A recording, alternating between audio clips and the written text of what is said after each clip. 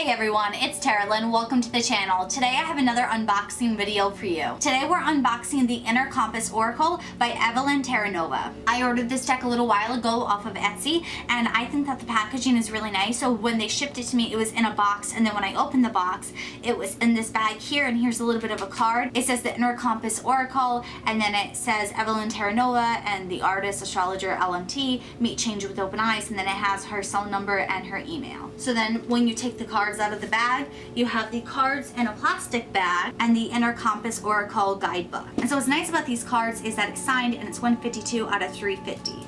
So here we have the guidebook. It's surprisingly light. I don't know why I was expecting with the spiral notebook. I thought it would be a little bit like weightier. It's not bad quality by any means. It's just when I picked it up, it felt lighter. The cards themselves are heavier than the book itself. So you have the guidebook, and you have a note from the creator to the cosmic traveler. Then you have about the art and creation of the Inner Compass deck. And then you learn a little bit about the 8 lunar phases, breaking down the new moon, the waxing crescent moon, the waxing first quarter moon, the waxing gibbous moon, the full moon, the waning disseminating moon, the waning last quarter moon, and the waning balsamic moon. And then you have an introduction to the cards. And then a little bit about how to begin using your deck. It seems very well in depth. And then you have 3 card spread suggestions. So option 1, what is the energy representing the current situation? What action do I take and what should I avoid doing? Option 2, what is the energy representing the current situation? What represents the challenge I face and what supports me? And then option 3, what represents the action I'd like to take? What may deny or oppose my action? What is my third alternative that can reconcile the two? And then option, okay, so I think we have a typo. I think it's supposed to be option 4, not a big deal. And it says what represents the past in this situation, what represents the present in this situation, and what represents the future in this situation. And you have the Inner Compass Oracle, the Stargate. So this is going to be cards 1 through 12. So it definitely feels like the guidebook is very informative. So for each of the cards 1 through 12, you have the Stargate of the Zodiac that's being referenced. Then you have Enter the Stargate, Stardust Wisdom, and then you have the image of the card and the artist notes. So it seems like the Stargate of the Zodiac is representing kind of the energy of the Oracle card. And then when you read about entering the Stargate, that's referencing things that you can do in real life, kind of what action you can take to implement its energy. And then the Stardust Wisdom is kind of representing the energy of what this can do for you once you embody this energy. And then the artist notes is talking about the image that was chosen and why it was chosen. And then we have the Inner Compass Oracle Earth Messengers, 13 through 45. So this is the rest of the cards in this deck. So for these, you have the Earth Messenger of blank, and it talks about the phase of the moon and what degree it's at, and then it has a little bit about the Oracle card, and then on the other page it has the image of the card and more artist notes. So first impressions of the guidebook, I think it's really informative. I like a lot of the information. I think if you're someone who's new to reading Oracle decks, there's a lot of information on how to work with the cards, which I think is really useful. And then when we get to the cards, it also seems like there's a really good description for them. It feels like there's a lot of thought that was put into these cards and the imagery behind it. So as I get to use these cards more, I'm interested to use this guidebook and see how it helps me with my readings. I'll let you guys know more of my thoughts on the guidebook once I have actually gotten a chance to work with it. Here we have the cards themselves. They are a little bit bigger. For Oracle decks, this is kind of common, but for reference, here is the Rider-Waite Tarot deck. So you can see it's just a tad taller and it's a lot wider. It's relatively similar to the size of the Hay House decks for Lucy Cavendish. So if you're familiar with the Fairy Tale Oracle, Alice in Wonderland, or Oracle of the Mermaids, it's similar in size to those. So here's the card on top. It says Inner Compass Oracle, and kind of repeats everything that's on the guidebook. And here it's signed by Evelyn Terranova, and like I said, it says 152 out of 350. And so now we have the card, so I'm going to go ahead and start off the flip through.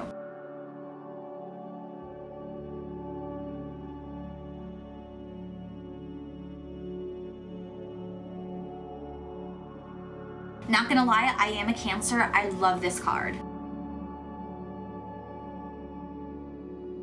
This imagery and symbolism is stunning. I think this might be my favorite card in the whole deck.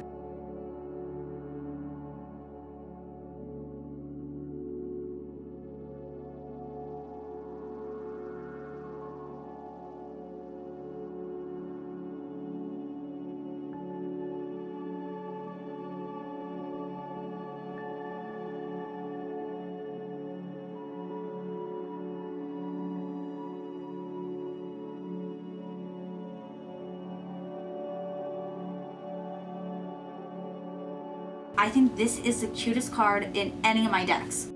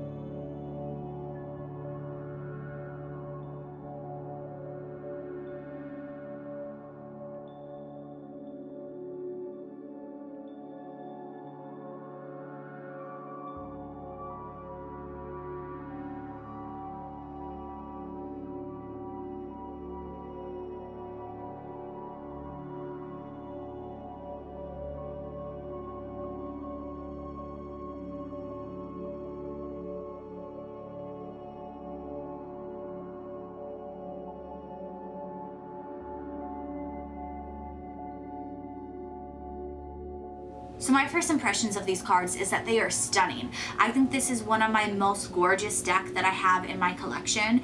I love how everything is based in nature, but yet there's so much symbolism for the cards, and the vibrancy of the cards is also stunning. I really love how like the cards are very simple, or a majority of them are simple, but yet the images are like very powerful, and I love the way that they're done. This might not be everyone's style, but if you love decks that are based in nature and you also love them to be tied to astrology and to the moon phases, this is definitely going to be the deck for you. I would say that if you resonate with this artwork, or you've been thinking about getting this deck, definitely go ahead and get it. When I was using the guidebook, because we did get card 24, that card did jump out as I was shuffling the cards.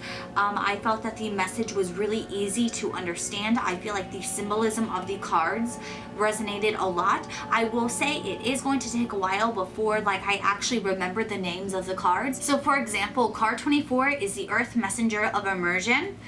That makes a lot of sense with the imagery of the card, and that's something that I will remember with time with working with these cards.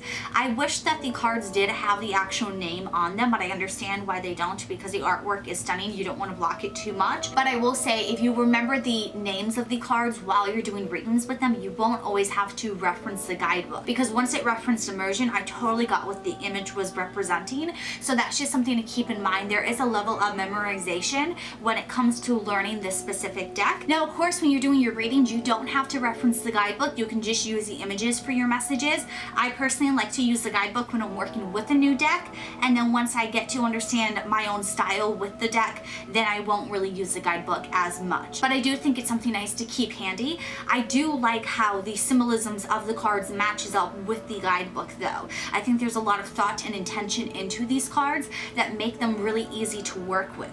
I thought the cards shuffled really nicely. They do have a little bit of slip on them, which is great when you're shuffling, especially if you're doing the overhand shuffle, but it does make it a little bit difficult. Let's say you leave your deck on a table, it is more prone to slide and you could have some cards fall off, so just keep that in mind if you're someone who's a little bit clumsy. But other than that, I think that they're really nice and it helps them to shuffle really good. When you're doing the riffle shuffle, they're really flexible, so that works really well for them as well. So I think you won't have an issue shuffling these cards if you have worked with oracle cards before. If you're only used to shuffling tarot, you might have a little bit of an issue because these cards are slightly larger, so there's going to be a little bit of a learning curve. But I feel like these cards are very easy, that if you're getting an oracle deck, it's going to be one of the easier oracle decks to learn how to shuffle with. And so I'm really excited that I got this deck. I think it's super stunning. It's my favorite deck. Tarot or oracle, doesn't matter.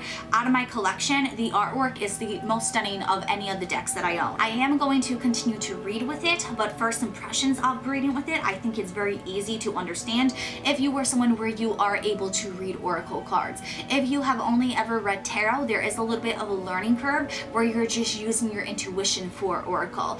But if you are someone where you're comfortable with where you're reading at, I would recommend this deck. And if you're someone who's new to reading and you want to learn oracle, you want to start to trust your intuition a little bit more, I definitely would say it's beginner friendly. I think there's a lot of information in this guidebook, and so there would be some way to navigate it that makes it a little bit easier if you're new to this. But I think this deck is great for all levels. So no matter where you're at, if you're drawn to get this deck, I think you will absolutely love it. And so let me know in the YouTube comments down below what your favorite card is. If you have this deck, what do you think about it? And if you did like this video, please give it a big thumbs up and share with others. Also, if you're new to the channel, please subscribe. I would love to have you a part of this family, and make sure you turn on that bell notification so you don't miss out when I post future videos. I'm gonna have my entire playlist of unboxing videos linked in the cards above if you want to check that out. And I'm also gonna have other videos of mine there as well, including pick a pile readings and collective readings, along with other educational videos to help you all along your spiritual journeys. I post new videos every single week, and I can't wait to see you at the next one. I hope you have a good one. Bye.